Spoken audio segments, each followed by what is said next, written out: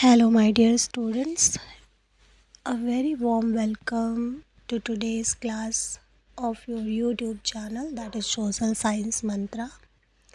Today, we will continue with the second chapter of economics, that is People as Resources, for class 9th. Okay, so in this chapter, we will get to know that how people are considered as a resource, right? That how they are relatable to the country, right? How they are working and how they are contributing in the economy of a nation by their skill and ability, right? Human resources is not a liability, it is an asset to the economy. And when the population become human capital, when investment was done in the form of education, training and health, okay, means there is a investment in the form of education and training. Now human capital is the stock of skill and productive knowledge. Okay, what do you understand with the human capital? That is a stock of skill and productive knowledge. Keep this point in your mind. So today in our chapter we will get to know about all these things.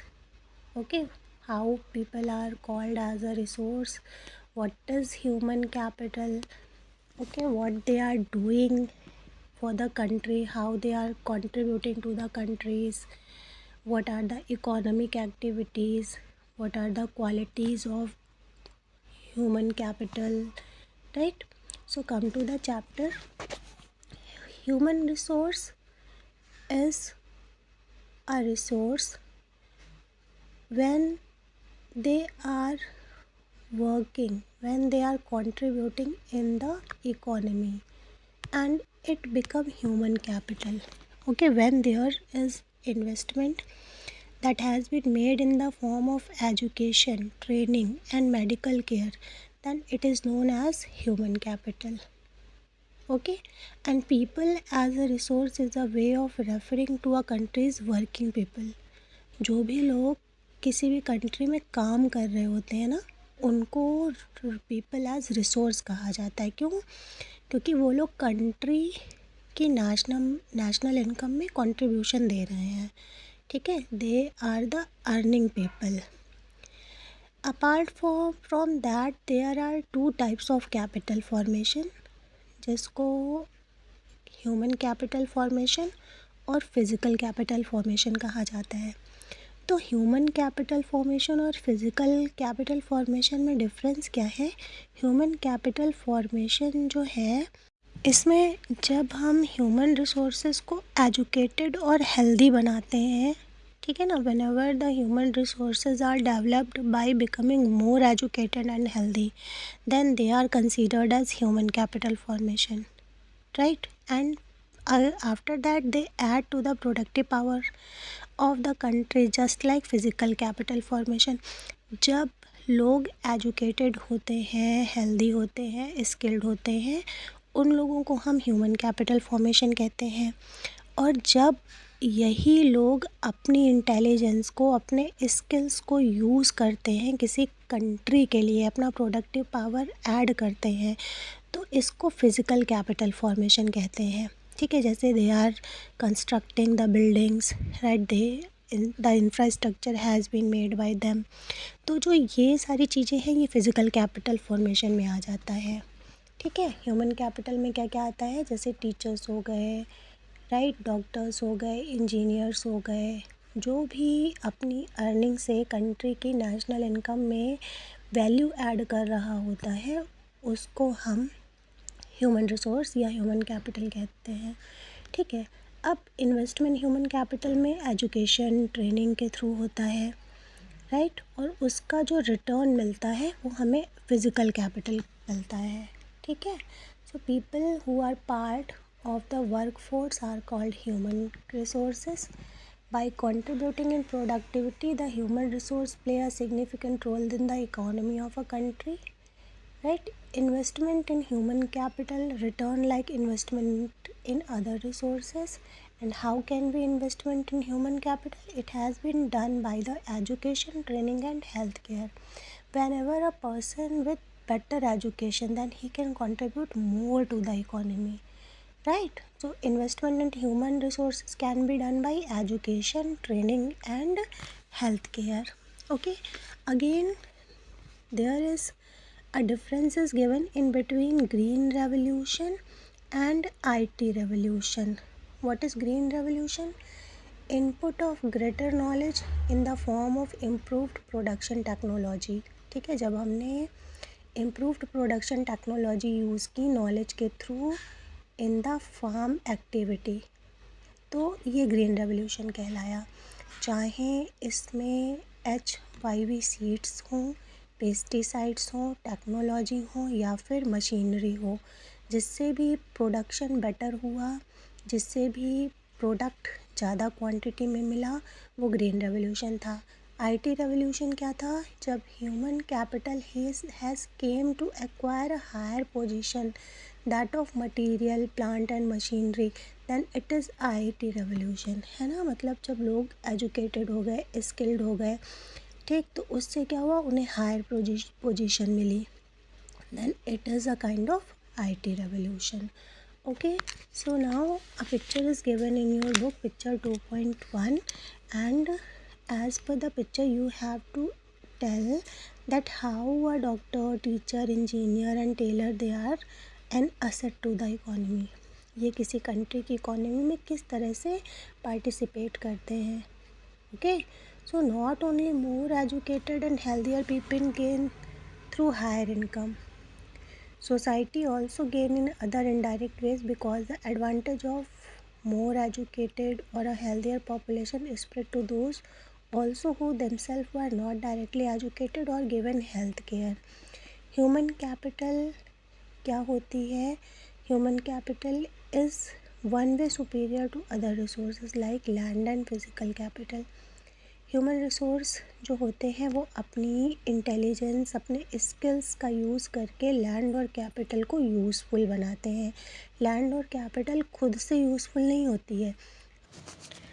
Land और capital useful कैसे होती है? जब skills use करके humans उसमें production अच्छा करते हैं, ठीक है। उनके पास अगर पैसा है, कैपिटल है, तो वो माइंडफुली उस पैसे का यूटिलाइजेशन करते हैं, उसको इन्वेस्ट करते हैं।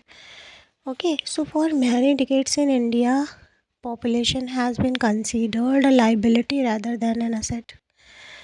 लेकिन जो लार्ज पॉपुलेशन है, it should not be a burden for the economy, ठीक है। इसको इकोनॉमी के लिए बर्डन नहीं होना चाहिए। इसको हम प्रोडक्टिव कैसे बना सकते हैं? By spending resources on education and health for all. अगर हम लोगों को बेटर एजुकेशन प्रोवाइड करेंगे, उनकी हेल्थ केयर पर ध्यान देंगे, उनको इंडस्ट्रियल और एग्रीकल्चरल ट्रेनिंग प्रोवाइड करेंगे, उन्हें मॉडर्न टेक्नोलॉजी के बारे में हम बताएंगे कि वो किस तरह से अपने फार्म्स में, अपनी एग्रीकल्चर्स में मॉडर्न टेक्नोलॉजी का यूज़ कर सकते हैं, है ना। किस तरह से साइंटिफिक रिसर्च कर सकते हैं और अपना प्रोडक्शन बढ़ा सकते हैं। ओके, तो अभी चैप्टर में हमारे स्टोरी दी हुई है, स्टोरी ऑफ शाकाल और विला, ठीक है। तो ये स्टोरी आप अपने आप पढ़िए। मैं सिर्फ आपको स्टोरी के मेन पॉइंट्स बता देती हूँ कि यहाँ पे कंपैरिजन क्या है स्टोरी में, ठीक। दो फ्रेंड है, एक शाकाल है और विला है, और दोनों ही एक ही गांव में रहते हैं, ठीक है।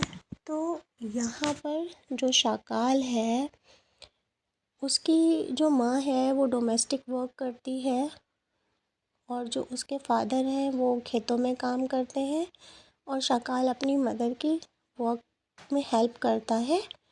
लेकिन उसके जो फादर हैं, है ना, वो शाकाल की एजुकेशन पर ध्यान देते हैं, उसको पढ़ाते लिखाते हैं, वो स्किल डेवलप करता है अपने अंदर, कंप्यूटर की ट्रेनिंग लेता है और जॉब गेन करता है, ठीक है। लेकिन जो विला है वो पढ़ा लिखा भी नहीं है, ठीक है। उसकी माँ मछलियाँ बेचती है और उसे भी अपनी माँ की ही तरह मछली बेचना पड़ता है जब उसकी माँ बीमार हो जाती है, और वो आर्थराइटिस का पेशेंट भी है, ठीक है, अनस्किल्ड भी है, उसके पास किसी भी तरह का स्किल नहीं है क्योंकि उसने पढ़ाई ही नहीं की हुई होती है, उसकी इनकम भी कम है, ठीक है, तो उसका जो प्रोडक्टिविटी है वो भी लोअर है। तो यहाँ पर शकाल और विला में डिफरेंस क्या है? शकाल is an educated person and Villa is uneducated. Shakal is having a job and Villa have to sell the fish. Shakal is healthy and Villa is unhealthy. Shakal is skilled and Villa is unskilled. Shakal is having higher income because of his all the qualities and Villa is having lower income. Shakal is having higher productivity and Villa is having lower productivity. ठीक है, तो यहाँ पर इन दोनों की जो situation है वो एक दूसरे से जस्ट अपोजिट है और डिफरेंस किस बात का है? The only thing because the investment of education and health care facilities are not there in case of विला, है ना। शाकाल तो एजुकेटेड है, उसकी हेल्थ भी अच्छी है, और विला ना तो एजुकेटेड है और ना ही उसकी हेल्थ अच्छी है, ठीक है।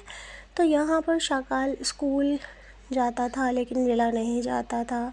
शाकाल फिज़िकली स्ट्रॉन्ग और हेल्दी था, विला नहीं था, ठीक। उसके पास किसी भी तरीके की ऐसे ऑप्शन नहीं थे कि वो डॉक्टर के पास जा सके, उनको दिखा सके। शकाल ने क्या किया था? अपनी एजुकेशन के थ्रू अपनी क्वालिटी ऑफ लेबर को इम्प्रूव करा था, अपनी प्रोडक्टिविटी को इन्हेंस किया था।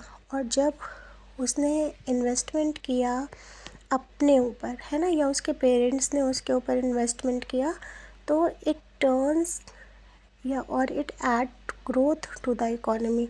जो कुछ भी उसने अर्न करा वो उसने इकोनॉमी में कंट्रीब्यूट करा, right. So investment in human resource, चाहे वो एजुकेशन के रूप में हो या फिर मेडिकल केयर के रूप में हो, it can give high rates of return in future. ये फ्यूचर में हायर रिटर्न देता है। And this investment on people is the same as investment in land and capital. और ये इन्वेस्टमेंट बिल्कुल उसी तरह से होता है जैसे कि लैंड या फिर कैपिटल इन्वेस्टमेंट होता है।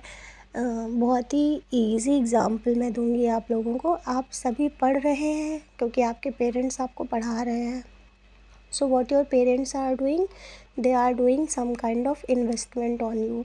वो आपके ऊपर इन्वेस्ट कर रहे हैं। आप जितना अच्छा एजुकेशन ले लेंगे, जितने अच्छे स्किल सीख लेंगे, जितनी अच्छी टेक्नोलॉजी आपको पता चल जाएगी, तो इन फ्यूचर रिटर्न उतना ही ज़्यादा होगा। कैसे होगा? रिटर्न का मतलब ये नहीं है कि आप आगे जा कर के सोना चांदी उगाने लगेंगे, नहीं। जितनी अच्छी एजुकेशन आपके पास होगी, आपको उतनी ही अच्छी जॉब अपॉर्चुनिटी मिलेगी, है ना। उतना अच्छा जॉब करेंगे आप।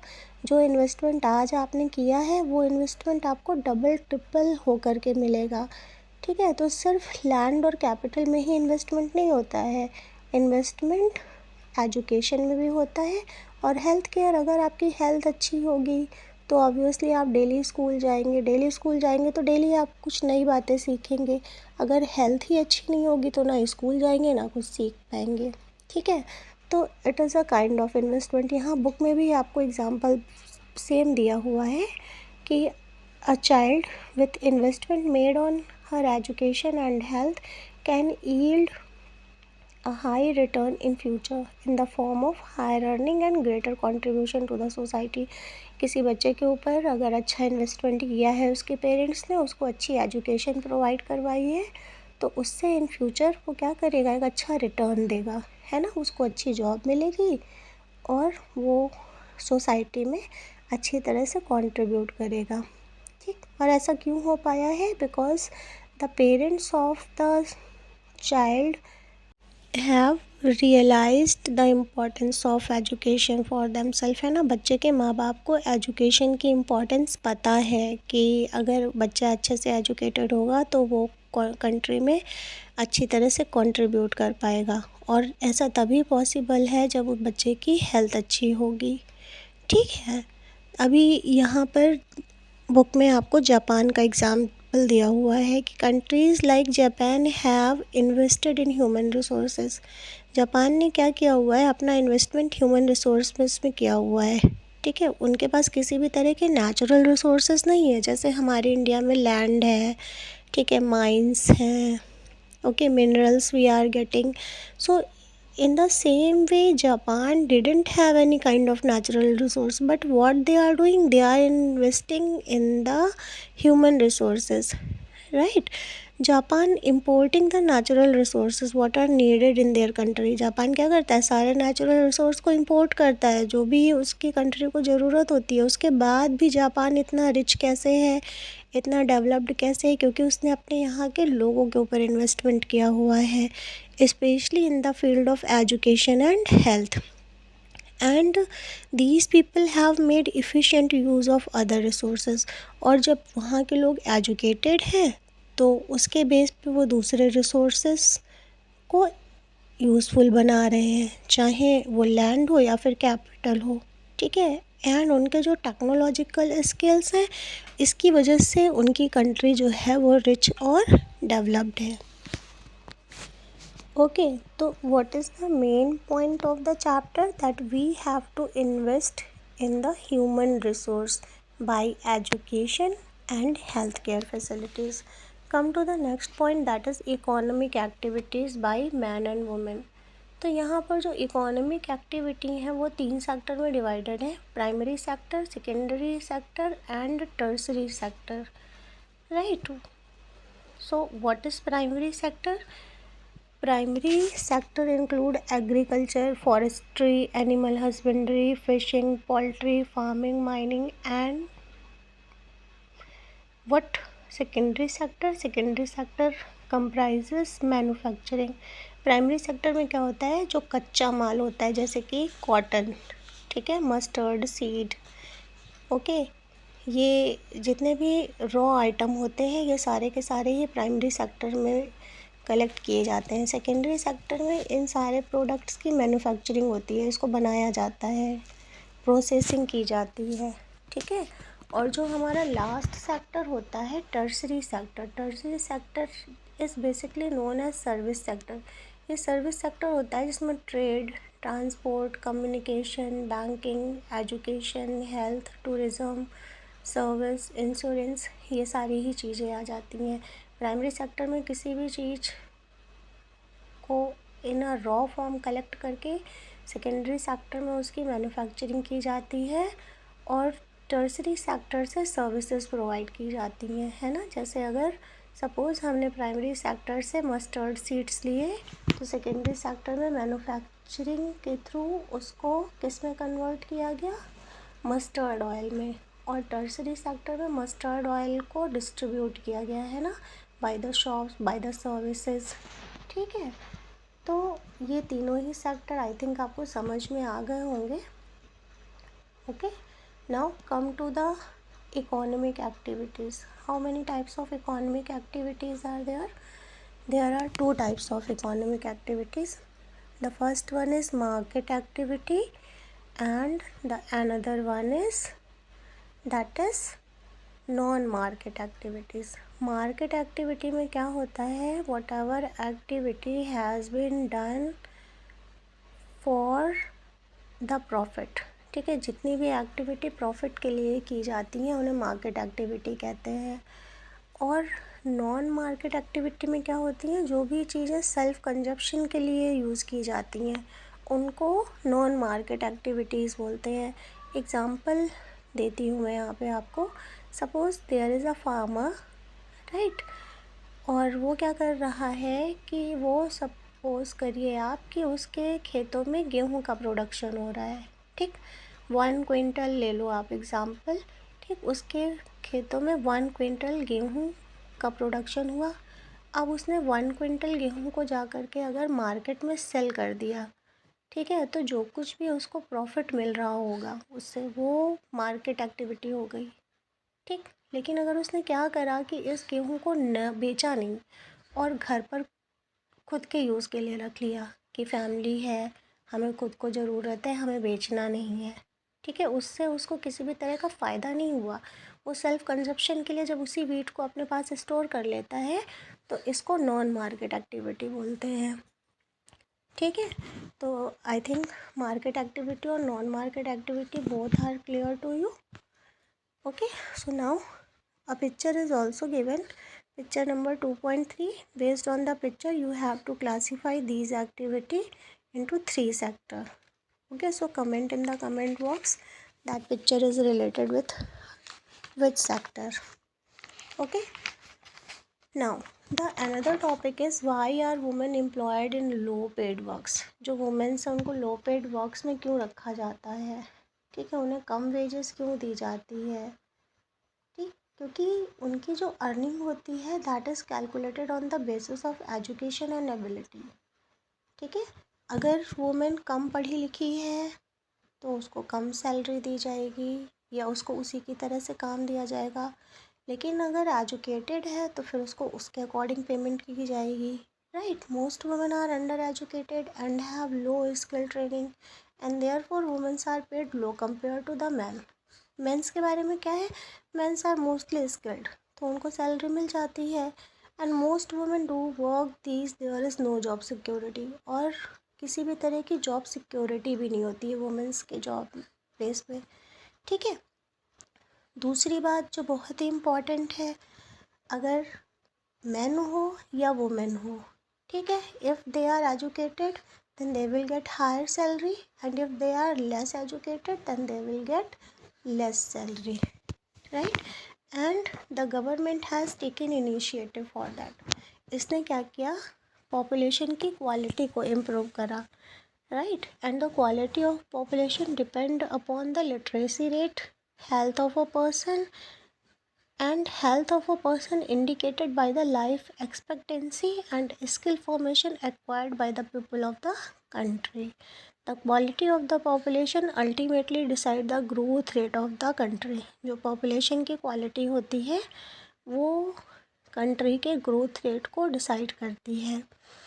And literacy and healthy population, these are the asset of a country. Okay, तो come to the first point, that is education.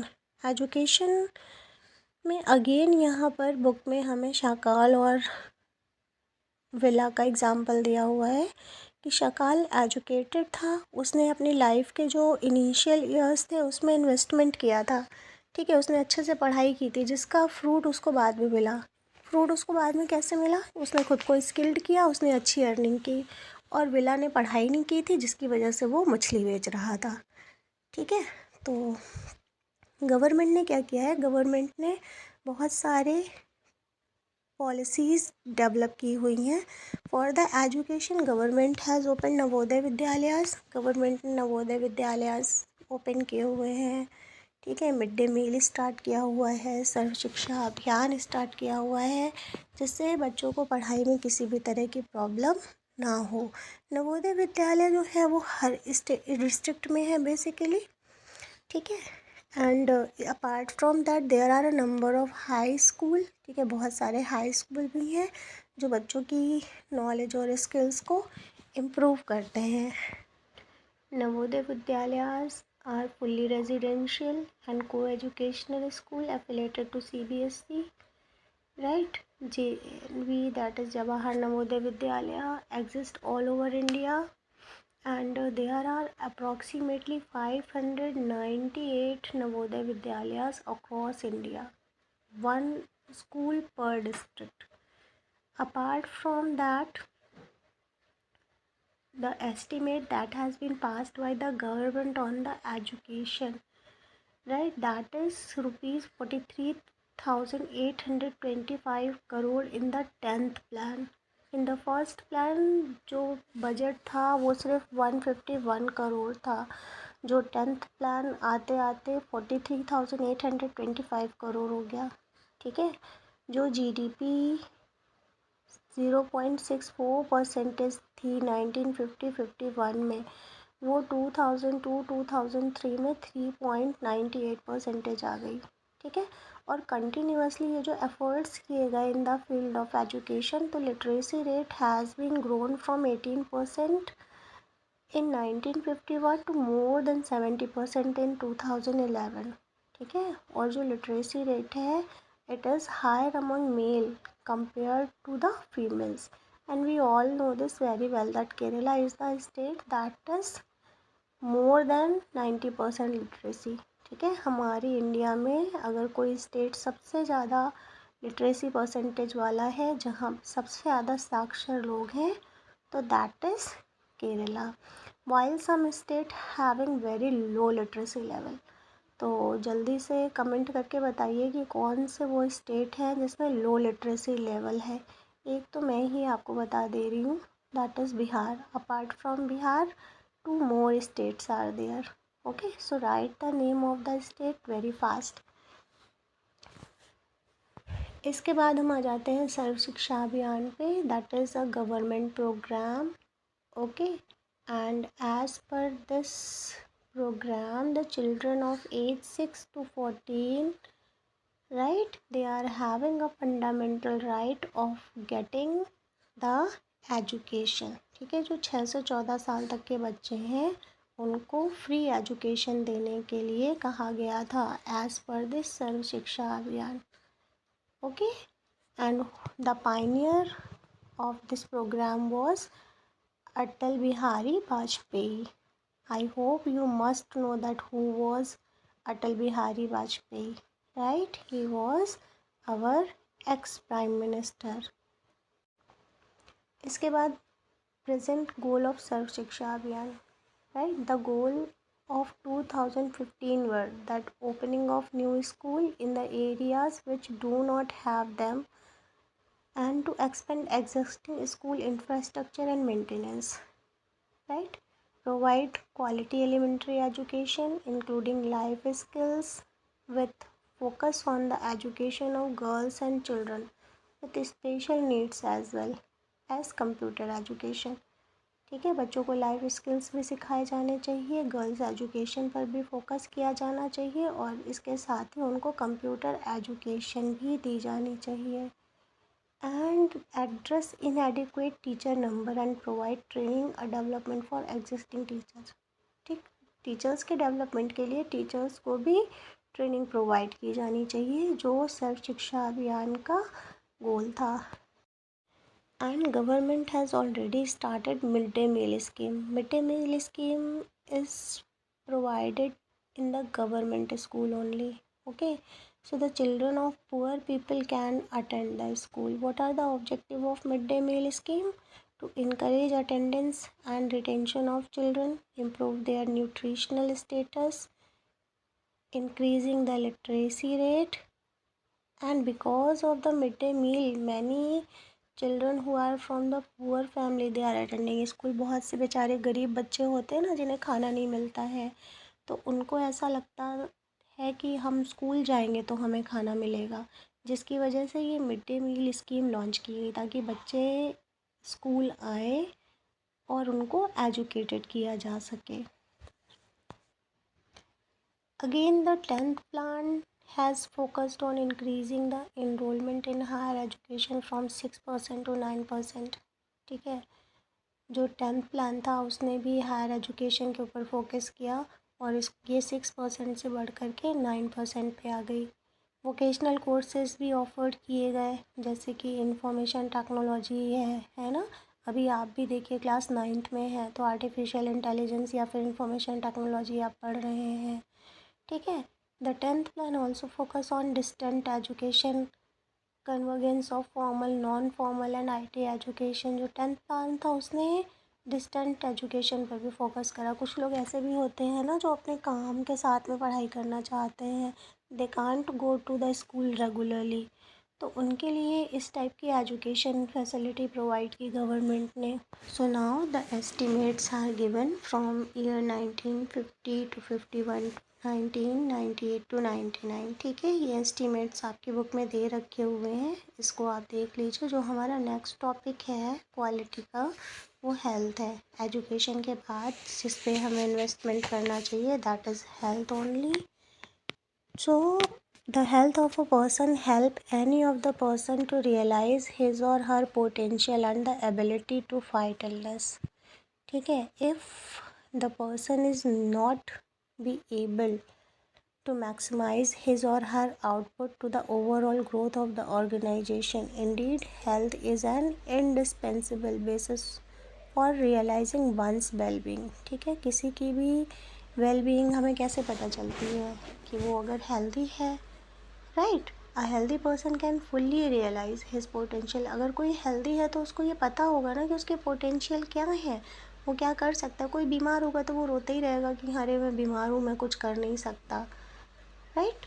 तो a healthy person can fully realise his potential and unhealthy person shall not be able to realise his potential, right, and can be a liability for the economy. So the national health policy of India is aimed toward improving access to health services and improving nutrition, especially among the underprivileged classes. वो लोग जिनको nutrition अच्छे से नहीं मिल पा रहा है, उसके लिए नेशनल हेल्थ पॉलिसी बनाई गई जिससे उनमें जो उनका न्यूट्रिशंस है उनको इम्प्रूव किया जा सके. इसके लिए गवर्नमेंट ने कुछ schemes बनाई है. What are the government health system? The government has composed many tiers and hospitals. For the example, that is primary health center. This is the bottom of this tier, right? And it is providing general medicine care to the rural people. जो rural areas के लोग हैं उनको ये general medicine care provide करता है. And this is followed by the community health center, जो कि तहसील और ब्लॉक लेवल पर होती हैं. इसके बाद डिस्ट्रिक्ट लेवल पर डिस्ट्रिक्ट हॉस्पिटल्स होते हैं, ठीक है. And further medical colleges are there in the major cities where doctors और स्पेशलिस्ट की टीम होती है, ठीक है. यहाँ पर देखो फिर से डेटा दिया हुआ है हेल्थ इंफ्रास्ट्रक्चर का कि कितने डिस्पेंसरीज एंड हॉस्पिटल हैं, कितने बेड हैं, कितने डॉक्टर्स हैं, कितना नर्सिंग स्टाफ है, ठीक है. तो ये हेल्थ केयर फैसिलिटीज़ हैं जो हमें गवर्नमेंट ने प्रोवाइड की हुई हैं. इसके बाद में जो हमारा मेन और लास्ट टॉपिक है दैट इज़ अनएम्प्लॉयमेंट. अनएम्प्लॉयमेंट का मतलब क्या होता है? Then the people who are willing to work at the going wages can not find job, है ना. जब लोग जॉब करना तो चाहते हैं लेकिन उनके पास किसी भी तरह की जॉब नहीं होती है, ठीक है, और उनको वेजेस नहीं मिल रही होती हैं, then this situation is known as the unemployment, ठीक है. तो यहाँ पे जो अनएम्प्लॉयमेंट है वो रूरल और अर्बन दोनों ही एरियाज़ के डिफरेंट होते हैं. रूरल एरिया में सीजनल एंड डिस्गाइज्ड अनएम्प्लॉयमेंट होता है और अर्बन एरिया में मोस्टली एजुकेटेड अनएम्प्लॉयमेंट होता है. So what is unemployment? When a person is actively seeking a job but unable to get employed. So that person will be known as unemployed person.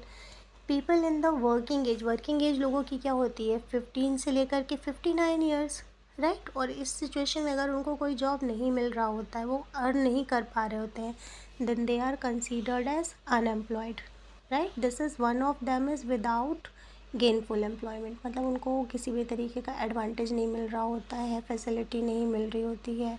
Additionally if a person voluntary does not want to work he can not be termed as unemployment.